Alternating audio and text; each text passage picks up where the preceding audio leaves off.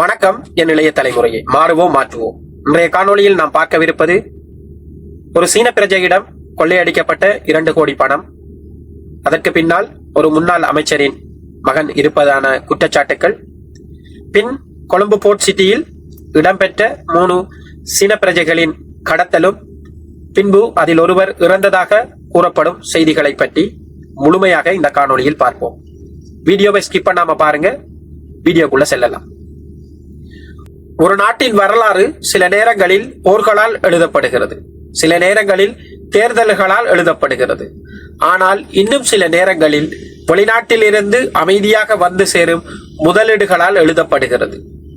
இலங்கை இந்திய பெருங்கடலின் மையத்தில் அமைந்துள்ள சிறிய தீவு நாடு. ஆனால் உலக அரசியல் அதன் முக்கியத்துவம் அதன் பரப்பளவால் அளவிடப்படுவதில்லை.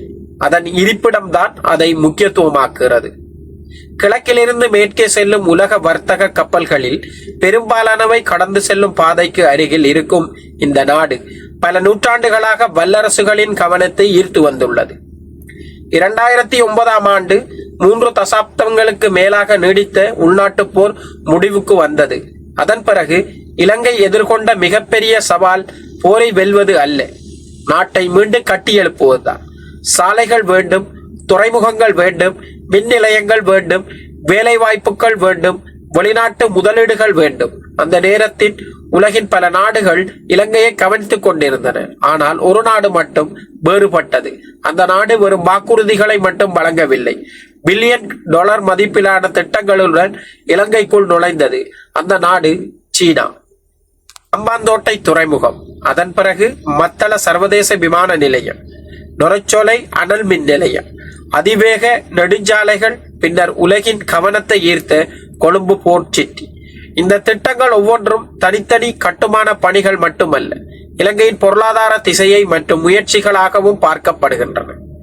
ஒரு முதலீடு வரும்போது பணம் மட்டும் வராது, அதனுடன் மனிதர்களும் வருவார்கள். பொறியாளர்கள் வருவார்கள், தொழில்நுட்ப நிபுணர்கள், நிர்வாகிகள், ஆலோசகர்கள், தொழிலாளர்கள், திட்டங்களை செயல்படுத்தும் மனித வளமும் வர வேண்டும். அதே போல கடந்த 15 ஆண்டுகளில் சீன நிறுவனங்களுடன் சேர்ந்து சீன பிரஜைகளின் வருகையும் அதிகளவில் அதிகரித்தது. இங்கே ஒரு விஷயத்தை தெளிவாக சொல்ல வேண்டும்.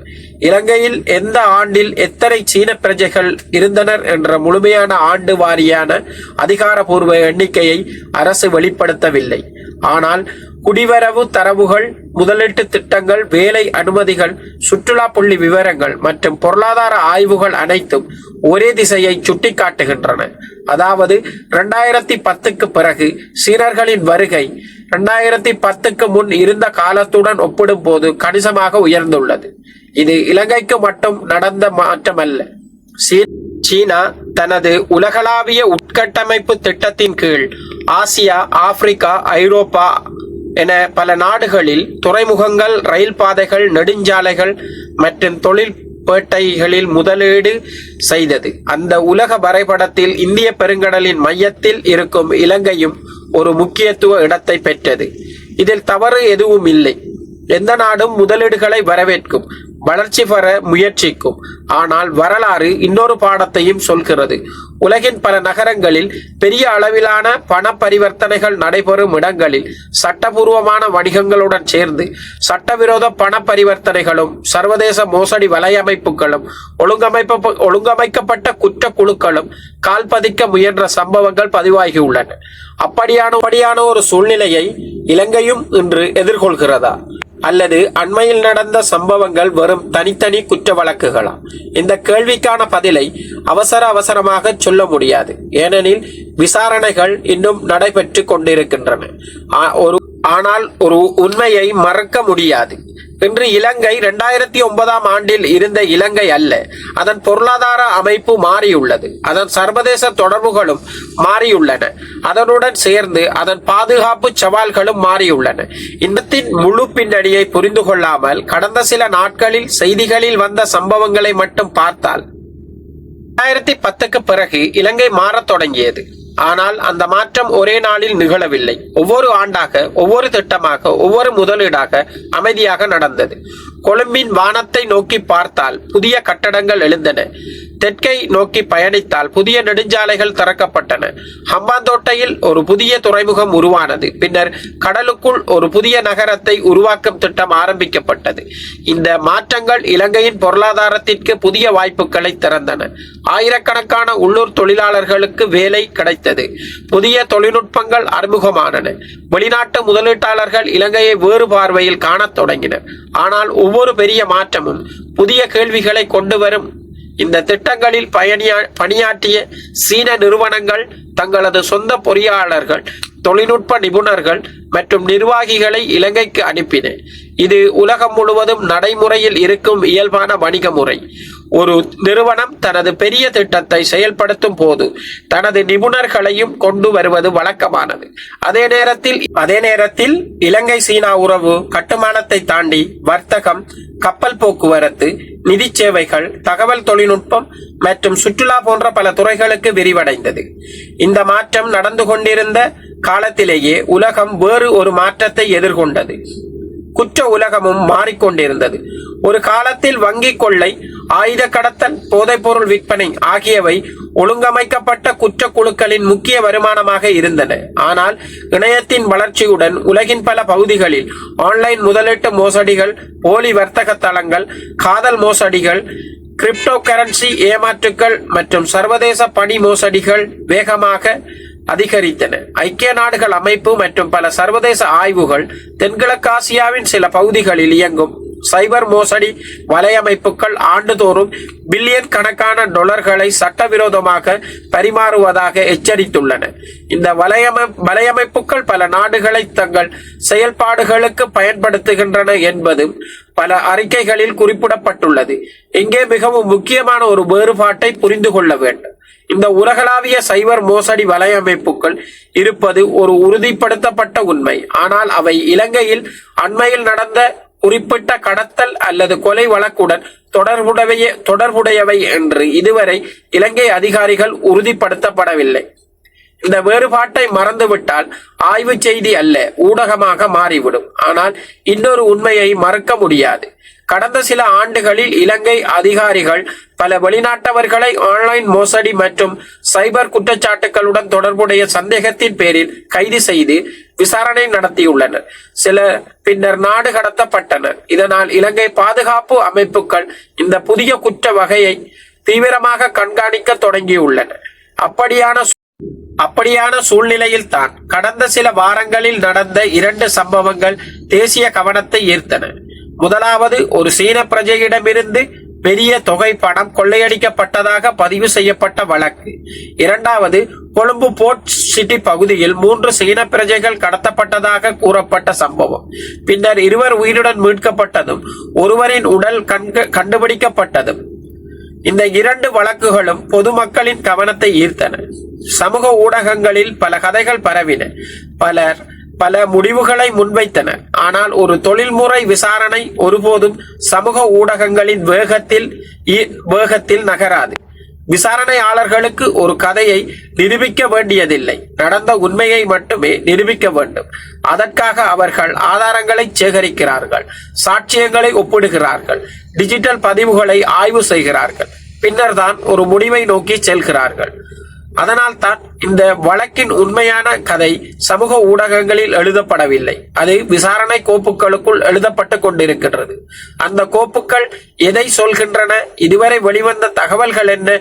எந்த தகவல்கள் இன்னும் உறுதிப்படுத்தப்படவில்லை? அதைத்தான் அடுத்து ஆதாரங்களும் மற்றும் கால வரிசையையும் ஆராயப் போகிறோம். ஒரு விசாரணையில் மிகவும் ஆபத்தான விஷயம் ஆதாரங்கள் கிடைப்பதற்கு முன்பே ஒரு முடிவை தேர்ந்தெடுத்து விடுவதுதான். ஒரு நல்ல விசாரணையாளர் அப்படி செய்வதில்லை. முதலில் ஆதாரங்களை பார்ப்பார், பின்னர் தான் கதையை உருவாக்குவார். இன்று இலங்கை காவல்துறையும் அதைத்தான் செய்து கொண்டிருக்கிறது. கடந்த சில நாட்களாக நாட்டின் கவனத்தை ஈர்த்த 2 சம்பவங்கள் ஒரே காரணத்தால் தலைப்புச் செய்தியாக மாறவில்லை. அவற்றில் தொடர்புடையவர்கள் சீன பிரஜைகள் என்பதாலும் சம்பவங்கள் சர்வதேச கவனத்தை பெற்றதாலும் அவை சாதாரண குற்ற வழக்குகளை தாண்டி விவாதிக்கப்பட்டன.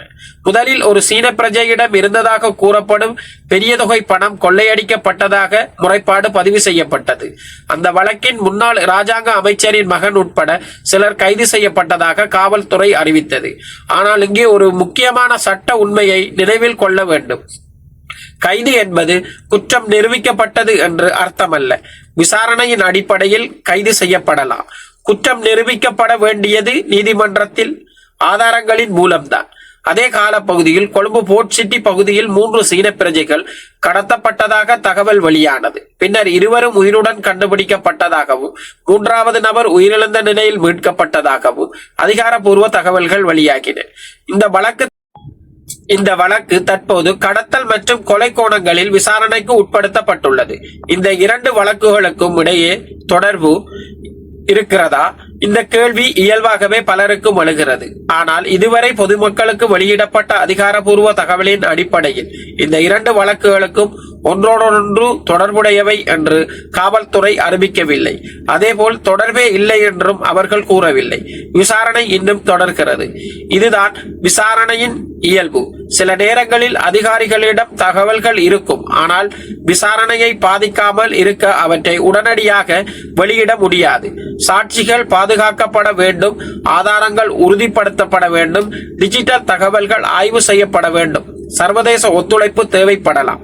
சமூக ஊடகங்களில் பல்வேறு கருத்துக்கள் பரவுகின்றன. சிலர் இது ஆன்லைன் பண மோசடி பின்னணி என்கிறார்கள்.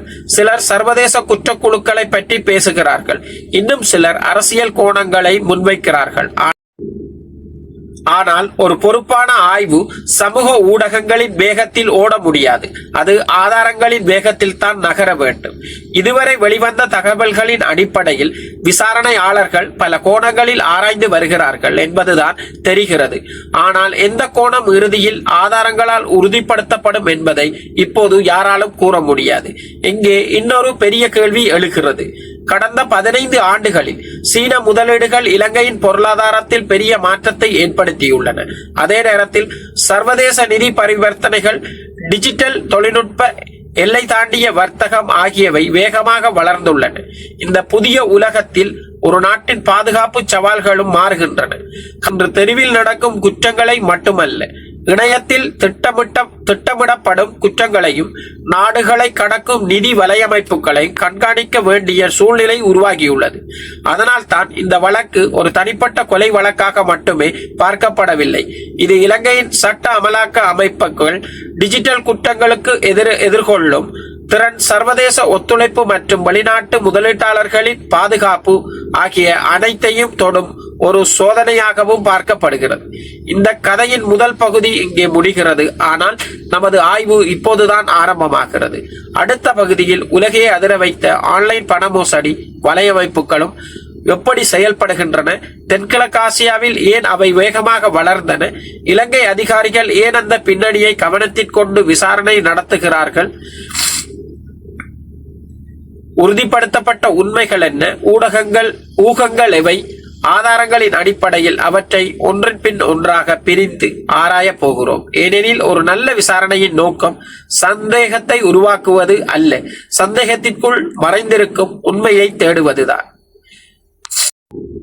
பாகம் 2 சந்திக்கலாம். இந்த காணொளி உங்களுக்கு பிடிச்சிருந்தா லைக் பண்ணுங்க, கமெண்ட் பண்ணுங்க, என்னோட சேனலை சப்ஸ்கிரைப் பண்ணுங்க. நன்றி, வணக்கம்.